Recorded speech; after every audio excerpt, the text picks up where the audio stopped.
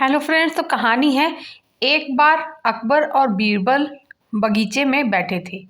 अचानक अकबर ने बीरबल से पूछा कि क्या तुम किसी ऐसे इंसान की खोज कर सकते हो जिस व्यक्ति में अलग अलग बोली बोलने की खूबियाँ हों। तब बीरबल कहते हैं, क्यों नहीं हुजूर, मैं एक आदमी ऐसा है जानता हूँ जो तोते की बोली बोलता है, शेर की बोली भी बोल लेता है और गधे की बोली भी बोलता है।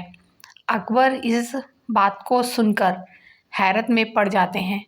उन्होंने बीरबल को कहा कि अगले दिन उस आदमी को पेश किया जाए जिस व्यक्ति में ये तीनों खूबियां हैं।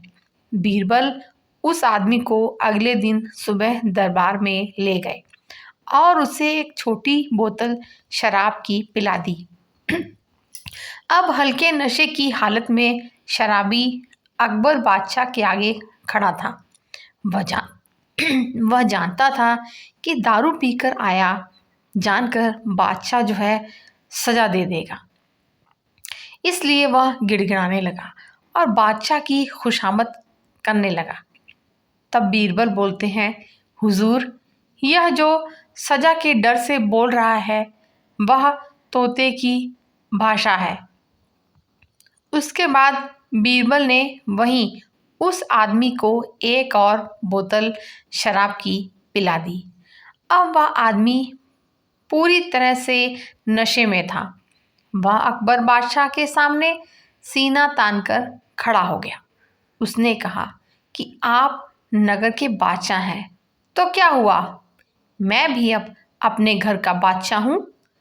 मैं यहाँ किसी से नहीं डरता हूं। तब बीरबल बोले कि हुजूर, अब शराब के नशे में निडर होकर यह जो बोल रहा है यह शेर की ही भाषा बोल रहा है। अब फिर से बीरबल ने उस आदमी का मुंह पकड़कर एक और बोतल उसके गले में उतार दी, यानी कि उसे थोड़ी शराब और पिला दी।